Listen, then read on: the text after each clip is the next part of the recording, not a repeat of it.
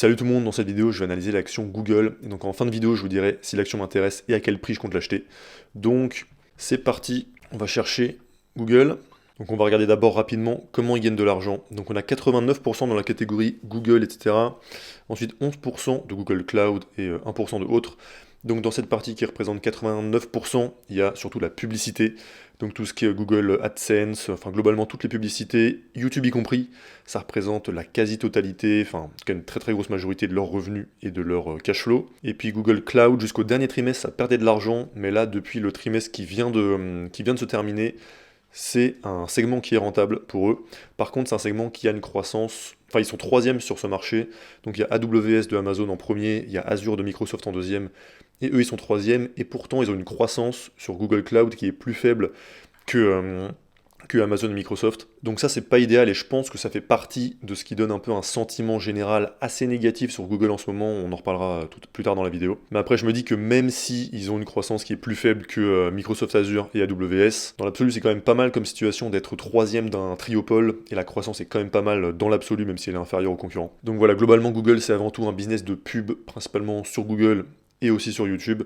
Et puis ils ont la partie cloud qui commence à être vraiment pas négligeable aussi. Maintenant, on va regarder mes critères de qualité pour voir si c'est une bonne entreprise. Donc je pense qu'il n'y a pas trop de surprises, tout est ouvert, donc on va regarder les 6 critères que j'utilise pour déterminer si une entreprise est de qualité ou non. Et je rappelle que mon objectif avec la bourse, c'est de faire croître mon capital au maximum. Et donc pour ça, je veux trouver des entreprises qui vont être capables de faire croître leur free cash flow par action très fortement à long terme. Et donc pour avoir une croissance du free cash flow par action qui est très élevée à long terme, il me faut une croissance du free cash flow très élevée à long terme, il me faut un nombre d'actions qui n'augmente pas, et pour avoir un free cash flow qui augmente, il faut aussi avoir un chiffre d'affaires qui augmente. Donc c'est pour ça que mon premier critère, c'est la croissance annuelle du chiffre d'affaires, qui est de 17,57% en moyenne par an sur les 5 dernières années. On va regarder à quoi ressemble la courbe pour voir si c'est une belle exponentielle bien régulière. Et c'est le cas pour Google, on voit qu'il y a eu un gros saut à la période du Covid, mais ils ont continué à avoir de la croissance. Donc c'est exactement le genre de courbe que je recherche. Et on voit qu'ils ont toujours eu des niveaux de croissance à 2 chiffres, donc c'est parfait, parfois même au-dessus des 20%. Et ça a un petit peu ralenti en 2022 et 2023, mais c'est quand même des croissances qui sont vraiment correctes, donc 8,68 et 9,78. Mais ça m'étonne pas du tout, en fait, sachant qu'il y a eu juste avant une croissance de 41% sur un an. Donc quand tu as un business qui explose comme ça sur un an de 41%, c'est vraiment pas un problème pour moi que la croissance soit un petit peu plus lente les années suivantes. Donc au niveau de la croissance du revenu, c'est parfait pour moi. Ensuite, je regarde la croissance du free cash flow. Je rappelle que le free cash flow, c'est quand on prend donc le revenu que l'entreprise génère, donc revenu, chiffre d'affaires, c'est pareil, et on soustrait toutes les dépenses, il reste donc le free cash flow, et c'est avec ce free cash flow que l'entreprise va pouvoir déjà réinvestir sur elle-même pour créer plus de croissance, va aussi pouvoir faire des acquisitions d'autres entreprises, va pouvoir rembourser sa dette, va pouvoir racheter ses propres actions, et va pouvoir verser un dividende. Donc c'est très important qu'il y ait du free cash flow, et puis qu'il soit en forte croissance. Et là, on remarque que le free cash flow a une croissance qui est plus rapide que le revenu, ce qui voudrait dire que Google a amélioré ses marges, ce qui est aussi une très bonne chose. Donc on va aller regarder l'évolution du free cash flow de Google, et on voit que c'est beaucoup moins régulier que le revenu, mais bon, c'est pas très grave, vu qu'on voit quand même qu'il y a eu une très forte croissance, et ils viennent d'avoir pour 2023 le plus gros free cash flow de leur histoire, donc 70 milliards. Je pense qu'il doit y avoir que Apple qui fait plus de free cash flow. Je vais vérifier vite fait, très rapidement. Microsoft, ils font combien? Microsoft 60 milliards, et Apple par contre, je crois bien qu'ils font plus. Apple, ils atteignent quand même les 100 milliards. Je sais pas s'il y a une autre boîte à laquelle j'ai pas pensé qui fait mieux, mais en tout cas, voilà, Google doit bien être top 3 des plus gros free cash flow qui existent. Et avec un bon niveau de croissance, donc c'est un critère qui est validé pour moi. Ensuite, je regarde le ROCE. Le ROCE, c'est un ratio de profitabilité, donc comme le ROE ou le ROIC, ça permet de juger de la capacité d'une entreprise à bien réinvestir son argent et à faire en sorte que 1 euro réinvesti dans l'entreprise, ça génère en l'occurrence 1,19 euros. Et 100 euros, ça va générer 119 euros, etc. Et c'est ça qui va permettre d'avoir des courbes de croissance exponentielles. Et c'est aussi un critère quantitatif qui permet aussi de juger si une entreprise a un moat ou pas, donc un rempart concurrentiel. Et en l'occurrence, Google, ils ont un ROCE de 19%, donc c'est très bien, c'est au-dessus des 15% que je recherche. Après, il y a quand même mieux, hein, c'est pas vraiment le top tiers des ratios de profitabilité Google, mais voilà, c'est quand même très très bien. Et c'est possible, c'est fort possible même que ce ratio-là devienne mieux, puisque là, ils ont prévu de réduire les dépenses, d'être un petit peu plus efficace, de faire l'année de l'efficience comme Meta a fait, en virant pas mal de monde par exemple, donc ce ratio devrait augmenter. Donc voilà, pour moi ça c'est un critère qui est validé aussi. Donc ces 3 premiers critères, ils me servent à savoir si l'entreprise elle est bien capable de croître et donc capable de faire croître mon capital. Ensuite, vérifie que l'entreprise ne puisse pas faire faillite. Donc dans le cas de Google, on est assez loin de la faillite.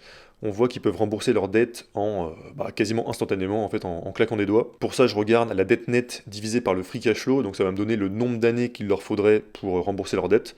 Et on voit qu'ils peuvent le faire en 0,6 années. Donc si je regarde dans le bilan, je vois qu'ils ont une dette totale de 28 milliards 500 millions et ils ont du cash disponible de 24 milliards. Et donc si on fait le total de la dette moins le cash disponible, on a une dette nette qui est de seulement 4,5 milliards. Et on se rappelle qu'en free cash flow, donc sur une année, ils génèrent 70 milliards. Donc je rappelle que le free cash flow, ça peut permettre, entre autres, de rembourser la dette. Et donc avec un free cash flow de 70 milliards et une dette de 5 milliards, ils n'auraient aucune difficulté à gérer leur dette. Donc ça c'est validé. Mon 5e critère, c'est l'évolution du nombre d'actions. Donc ça me permet de vérifier si je ne me fais pas diluer en tant qu'actionnaire. Donc si on est actionnaire et que le nombre d'actions augmente, c'est-à-dire donc si Google décide de vendre des actions pour générer de l'argent tout simplement, pour se financer, ça ferait que moi en tant qu'actionnaire, la part de l'entreprise, donc la part de Google que je possède, elle diminue. Et tout à l'heure je disais que le principal c'était d'avoir des entreprises qui vont faire croître leur free cash flow par action très vite. Mais si on a un free cash flow qui a une certaine croissance, mais un nombre d'actions qui augmente, donc on a le numérateur et on a ensuite le dénominateur qui augmente, forcément ça va baisser le résultat final. Donc si on a un nombre d'actions qui augmente, ça va freiner la croissance du free cash flow par action, et donc c'est pas bon pour nous.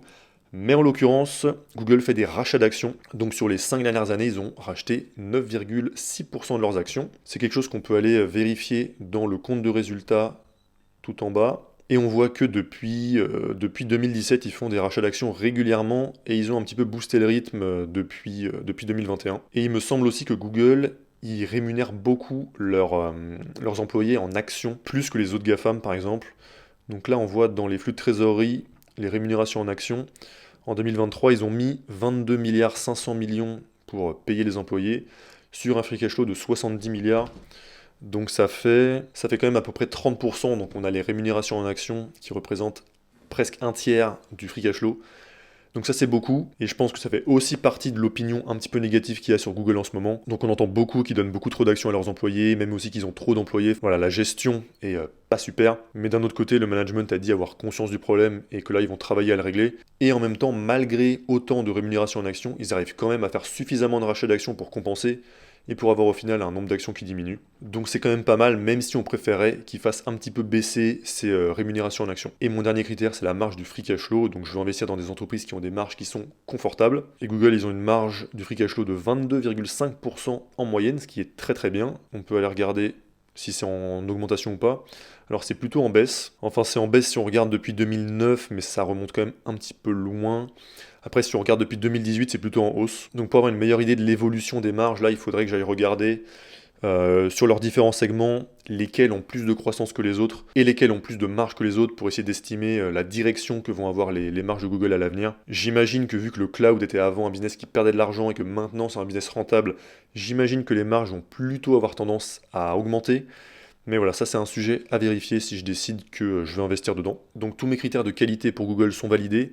Et c'est vrai que Google, je faisais partie de ceux qui avaient plutôt une opinion un petit peu négative ces derniers temps, surtout par rapport à tout ce qui est avec l'IA, donc où ils n'ont pas réussi à sortir un produit satisfaisant, alors que c'est la boîte qui avait le plus d'avance sur le sujet. Et d'ailleurs, un des cofondateurs de OpenAI, c'était un mec que Elon Musk est justement allé chercher chez DeepMind, donc chez Google. Et là, ce qu'ils ont fait avec Gemini, que ce soit la démo qui était à moitié fake, ou bien même l'utilisation réelle qui est pas super. C'est vrai que c'est rendu dubitatif. Mais tout à l'heure, j'écoutais l'interview, d'ailleurs je l'ai là, l'interview de Bill Ackman par Lex Fridman. Et il y a un passage où il parle de ses investissements dans Google. Et c'est vrai qu'il m'a fait un petit peu changer d'avis. Je ferai peut-être d'ailleurs une vidéo sur cette interview, c'était assez intéressant. Et effectivement, quand on voit les chiffres, on va dire l'opinion négative qu'on peut avoir sur Google quand on voit leur exécution en ce moment, elle n'est pas du tout retranscrite dans les chiffres.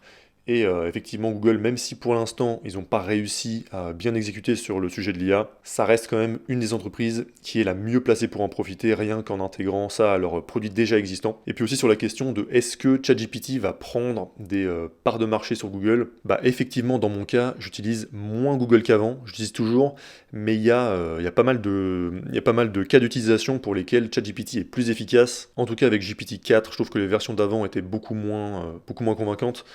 Mais pour le coup, la version 4, elle est vraiment vraiment bien et j'utilise tous les jours. Donc j'utilise toujours Google, mais moins. Mais en même temps, je me dis qu'un produit qui est payant, même si c'est seulement 20 € par mois, je pense que 20 par mois, ça suffit en fait à disqualifier la très large majorité du grand public. Et je pense que pour la plupart des gens, pour le grand public, juste le fait que ce soit payant, ça élimine tout de suite le produit en fait. Ils l'utiliseront jamais. Et donc je suis pas sûr que Google souffre tant que ça de ChatGPT. Mais voilà, on verra ça. Et donc maintenant, passons à la valorisation. Donc on va faire un discounted cash flow. Donc dans le premier champ, j'ai le free cash flow par action des 12 derniers mois de Google, donc qui est à jour. Ensuite, on va estimer avec quel taux de croissance annuel ce free cash flow par action là va croître sur les 10 prochaines années. Donc là, il faut surtout pas chercher à être précis parce que c'est impossible d'évaluer ça avec précision sur l'avenir. Donc je mets un taux de croissance entre guillemets lambda pour Google. Et ensuite, on estime le ratio price sur free cash flow que Google aura dans 10 ans.